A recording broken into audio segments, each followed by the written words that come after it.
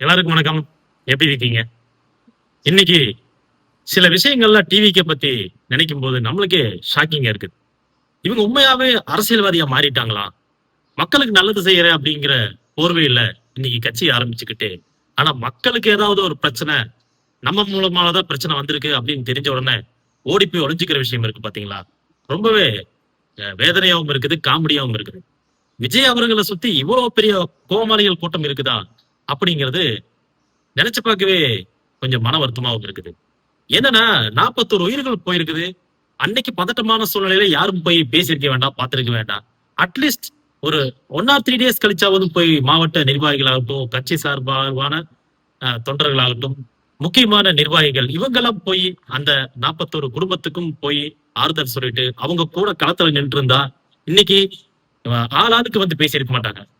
அந்த அளவுக்கு ஒரு பேசுறதுக்கு உண்டான ஒரு வாய்ப்பை உருவாக்கி கொடுத்த டிவிகே நிர்வாகிகளுக்கு என்ன சொல்றதுன்னே தெரியல. அந்த அளவுக்கு ஒரு களங்கத்தை ஏற்படுத்தியிருக்காங்க விஜய் அவர்களுக்கு. சரி, இப்ப வந்து இவங்க கோர்ட்ல விசாரணைக்கு வந்த போது என்ன சொல்றாங்கன்னா, மக்கள் வந்து இந்த கூட்ட நெரிசல்ல வந்து மாட்டினதுக்கு மிக முக்கியமான காரணம் வந்து அந்த மாவட்ட நிர்வாகி தான் அப்படின்னு மாவட்ட நிர்வாகி மேல பழி தூக்கி போடுறாங்க. இன்னொரு விஷயம் பாத்தீங்கன்னா, கோர்ட்ல வந்து இவங்க சொன்ன விஷயங்கள் எல்லாம் எதுவுமே வந்து செந்தில் பாலாஜியை பத்தியோ இல்ல திமுகவோட பின்னணியில சதி நடந்திருக்கு அந்த மாதிரி விஷயங்கள் பத்தி வாயை திறக்கல. ஆனா மக்கள் முன்னாடி பேசும்போது மட்டும் திமுக வந்து மக்களுக்கு சதி செய்யுது, மக்கள் உயிர் போனாலும் பரவாயில்ல, எனக்கு கூட்டம் சேரக்கூடாது அப்படிங்கிற ஒரு வேலையை வந்து பார்த்துட்டு இருக்காங்க. அப்படிங்கிறத மக்கள் கிட்ட தைரியமா திமுக பத்தி பேசுற அந்த டிவிகே கட்சி உறுப்பினர்களுக்கும் தலைவருக்கும் ஏன் வந்து கோர்ட்ல வந்து உண்மையை சொல்ல முடியல? ஒருவேளை சாட்சியங்கள் உங்ககிட்ட இல்லைன்னா அப்ப எதுக்கு நீங்க வெட்டியா திமுக மேல பழி போட்டிருக்கீங்க? அப்போ உங்களோட கட்சியோட வளர்ச்சியை நீங்களே கெடுத்துக்கிறீங்களா? அப்படிங்கிற ஒரு பின்னணியும் இதுல இருக்கு. நான் ஜென்ரலாவே ஒரு விஷயம் உங்களை பார்த்து கேட்கிறேன். கோர்ட்ல வந்து உங்க தரப்பு வாதத்தவே உங்களால சரியா முன்வைக்க முடியலன்னா நீங்க எதுக்கு அரசியல் கட்சி நடத்தணும்? நீங்க எப்படி மக்கள் உங்களை நம்பி வருவாங்க? எப்படி நீங்க மக்களை பார்த்துக்க போறீங்க? எனக்கு சத்தியமா புரியல நண்பர்களே. இந்த மாதிரி ஒரு கட்சியில இவ்வளவு குளறுபடி, குழப்பம், அடுத்து என்ன பண்றது, என்ன பேசுறது, நம்ம சுத்தி என்ன நடக்குது, இது எதுவுமே யூகிக்க முடியாம ஒருத்தங்க வந்து கட்சி நடத்துறாங்கன்னா அது முற்றிலும் ஆபத்தான விஷயம். யாருக்குன்னு கேளுங்க, மக்களுக்கு தான். இந்த பிரச்சனையில பாத்தீங்கன்னா கவர்மெண்ட் மேலயும் நம்மளுக்கு ஒரு சில கசப்பான விஷயங்கள், அனுபவங்கள் இருந்திருந்தாலும் கூட அவங்க தரப்புல பாத்தீங்கன்னா அவங்க பிளஸ் பாயிண்டா களத்துல நின்று மக்களுக்கு ஒரு ஹெல்பிங்கா வந்து இவ்வளவு தூரம் இருந்திருக்காங்க. ஏதோ சதி நடந்திருக்கு அப்படின்னு சொல்லி இவங்க தரப்புல முன் வச்சிருந்தாலும் கூட அதையெல்லாம் எதுவுமே வந்து அலட்டிக்காம சரி என்னதான் நடக்குதுன்னு பார்ப்போம், நம்ம அடுத்து இதுக்கான தீர்வு என்ன அப்படிங்கிற ஒரு பார்வையில இந்த கவர்மெண்ட் செயல்படுறதுனால கவர்மெண்ட் மேல இன்னைக்கு யாருமே வந்து ஒரு பழி போடாத ஒரு சூழ்நிலையில இன்னைக்கு எல்லாருமே இருக்கோம். ஏன்னு கேளுங்க, ஏன்னா அந்த 41 உயிர்கள் போனதுக்கு அவங்க குடும்பத்தோட உறுப்பினர்களா கூட இருந்து பல்வேறு தரப்பு கட்சிகளோட இணைந்து இன்னைக்கு இவ்வளவு பிரச்சனைகளையும் ஹேண்டில் பண்ணிட்டு வந்திருக்கு தமிழக அரசு. என்னதான் ஆப்போனண்டா விஜய் அவர்கள் பேசியிருந்தாலும் இன்னைக்கு இவ்வளவு தூரம் டிஎம்கேவை இழிவுபடுத்தி நடந்திருந்தாலும் பேசியிருந்தாலும் கூட அவங்க விஜய் அவர்களை நேரடியான ஒரு தாக்குதலுக்கு உட்படுத்தல. ஆனா விஜய் அவர்கள் ஒரு ரிப்ளை வீடியோல அந்த 41 உயிர்கள் போன குடும்பத்துக்கு ஒரு ஆழ்ந்த இரங்கலை தெரிவிக்காம அங்க கூட சவால் விடுறாரு. என்ன சவால் விடுறாரு? முதல்வர் சார், நீங்க வந்து எங்க மக்களை எதுவும் பண்ணாதீங்க, அவங்க வீட்டுல இருப்பாங்க, நான் ஆபீஸ்ல இருப்பேன், எதா இருந்தாலும் என்ன டீல் பண்ணுங்க, அவங்க மேல கை வைக்காதீங்க. இது என்னங்க சினிமாவாங்க? ஏங்க நீங்க என்ன படம் எடுத்துட்டு இருக்கீங்களா? படம் நடிச்சிட்டு இருக்கீங்களா? இது அரசியல் வேற, சினிமா வேறங்க. இன்னும் நீங்க அந்த படம் நடிக்கிற ஒரு மோட்டிவ்லயே இருக்கீங்க. நீங்க எப்ப ரியல் லைஃபுக்குள்ள வர போறீங்கன்னு எனக்கு தெரியல. சரி, அப்படி இருக்கும்போது விஜய் அவர்களோட வாகனம் வந்துட்டு இருக்கும்போது இந்த விஜயோட ஃபேன் ஒருத்தர் வந்து பைக்ல மோதி கீழே விழுந்துருவாருங்க. அந்த பஸ் வந்து இடிச்சு கீழே விழுந்துருவாரு.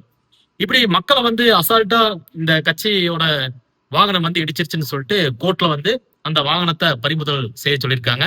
இன்னைக்கு இன்னொரு விஷயங்கள் பாத்தீங்கன்னா இன்னைக்கு நடக்கிற நிலவரத்தை பார்த்தா விஜய் அவர்கள் அரசு செய்யப்படுவார் அப்படின்னு சொல்லிட்டு கூட இன்னைக்கு அரசியல் பிரமுகர்கள் எல்லாம் பேசிட்டு இருக்காங்க. அதுக்குண்டான வாய்ப்பு இருக்கு அப்படின்னு சொல்லிட்டு. அரசியல் செய்யறதை என்ன வேணா செய்யலாம், யார் வேணா தூக்கிட்டு போய் ஜெயில போடலாம். கலைஞர் ஐயாவை தூக்கிட்டு போய் வச்சாங்க, ஜெயலலிதா அம்மாவை தூக்கிட்டு போய் வச்சாங்க. அதனால இந்த ஜெயில் ஒன்றும் வந்து யாரையும் வந்து பாரபட்சம் பார்க்காம தன்னோட வேலையை செஞ்சிடும். அரசியல் வந்து ஒரு சாக்கடை அப்படிங்கிறது நம்ம எல்லாத்துக்கும் தெரியும். அதுக்குண்டான ஒரு வாய்ப்பு நிலவுது அப்படிங்கிற மாதிரி பேசிக்கிறாங்க. இன்னைக்கு கைது செய்யறதும் காணாம போறோமா அதெல்லாம் இங்க முக்கியம் இல்ல. மக்களோட பாதுகாப்பு இனி வரப்போற காலகட்டங்கள்ல இந்த மாதிரியான ஒரு மாநாட்டுல, அரசியல் கூட்டங்கள்ல எப்படி மக்களுக்கு உபயோகமானதா, இல்ல மக்களுக்கு எந்த தொந்தரவும் இல்லாம எப்படி இவங்க எல்லாம் வந்து கையாள போறாங்க அப்படிங்கறத இன்னைக்கு மிகப்பெரிய கேள்விக்குறியா இருக்கு. நாளைக்கு நடக்கிற மாநாட்டுல மக்கள் தைரியமா வந்து கலந்துக்குவாங்களா அப்படிங்கறதே இன்னும் சில காலங்கள்ல கேள்விக்குறியா மாறிடும். அதனால மக்களோட பாதுகாப்பு தான் வந்து மையப்படுத்தி அடுத்து என்ன செய்ய போறோம் அப்படிங்கறது வந்து கவர்மெண்ட் வந்து ஸ்ட்ராங்கான ஒரு விஷயத்தை வந்து கையில் எடுத்திருக்காங்க. என்னன்னு கேட்டீங்கன்னா, இந்த மாதிரி அரசியல் பொதுக்கூட்டங்கள் எல்லாம் மக்கள் கலந்துக்கும் போது அது பொதுக்கூட்டமா இருக்கட்டும், இல்ல அரசியல் சார்ந்த விஷயங்களாகட்டும், சினிமா சார்ந்த விஷயங்களாகட்டும், என்னவா இருந்தாலும் மக்கள் கூடும்போது அந்த கூட்டத்தை எப்படி வந்து நம்ம சரிவர நம்மளோட பாதுகாப்பு கைக்குள்ள வச்சுக்கணும், அந்த பாதுகாப்பு ரீதி என்னென்ன முன்னெச்சரிக்கைகள் நடவடிக்கைகள் எடுக்கணும் அப்படிங்கறது இப்ப வந்து ஒரு குழு அமைச்சு அதுக்குண்டான வேலைகள் நாங்க செய்யறோம் அப்படின்னு சொல்லிட்டு ஸ்டாலின் அவர்கள் வந்து ட்விட்டர்ல ஒரு அறிக்கை விட்டிருக்காரு.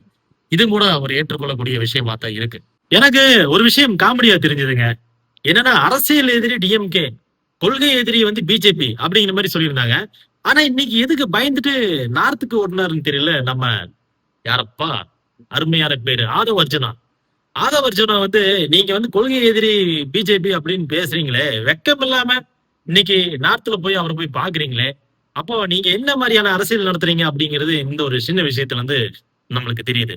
சோ நீங்க அரசியலுக்காக நீங்க உங்க மேல ஒரு பிரச்சனை வந்துருச்சு, நீங்க இந்த பிரச்சனை இருந்து வெளியே போனா யார் காலில் வேணாலும் விலகலாம் அப்படின்னு சொல்லிட்டு நீங்களும் சராசரியான ஒரு அரசியல்வாதியை நடந்துக்கிட்டீங்க பாத்தீங்களா, அங்கவே தெரியுதுங்க நீங்க மக்களை எந்த லட்சணத்துல பாத்துக்க போறீங்க அப்படின்னு சொல்லிட்டு. சரி, பாப்போம் இன்னும் என்ன லீலைகள்லாம் நடக்குது அப்படின்னு சொல்லிட்டு. நம்ம புஷி ஐயா அவர்கள் வந்து கோர்ட்ல என்ன தெரியுமா சொல்லியிருக்காரு, நடந்த எல்லா பிரச்சனைக்கும் குளறுபடிகளுக்கும், அதாவது அங்க நடந்த மிஸ் அண்டர்ஸ்டாண்டிங்கும் சரியான முறையில வழிநடத்தாததுக்கும் மிக முக்கியமான காரணம் வந்து கரூர் மாவட்ட நிர்வாகி தான் அப்படின்னு சொல்லிட்டு அவர் மேல பழி தூக்கி போட்டாங்க. அப்போ கரூர்ல ஒரு நிர்வாகி வந்து இந்த மாதிரி என்ன சொன்னாலும் நீங்க கேட்டுப்பீங்களா? பாதுகாப்பு வசதி இல்ல அப்படின்னு அவர் சொல்லாம இருக்கட்டும், இல்ல மக்கள் இவ்வளவு பேர் கூடுவாங்க அப்படின்னு சொல்லாம இருக்கட்டும், இல்ல இந்த மாதிரி நடக்கிற விஷயங்கள் வந்து மக்களுக்கு ஒரு நெகட்டிவா போய் முடியறதுக்கு வாய்ப்பு இருக்கு அப்படின்னு தெரிஞ்சுக்கிட்டு அவர் எதுவுமே உங்ககிட்ட சொல்லாம இருக்கட்டும். அப்ப கலாய்வு நீங்க என்ன பண்ணீங்க? அப்போ ஒரு நிர்வாகி என்ன சொன்னாலும் கேட்டுருவீங்களா? நீங்க எதுவும் ஆர்கனைஸ் பண்ண மாட்டீங்களா? அங்க என்னென்ன இருக்கு அப்படிங்கறது நீங்க தெரிஞ்சுக்க மாட்டீங்களா? என்ன சொல்ற ரிவ்யூ பண்ண மாட்டீங்களா?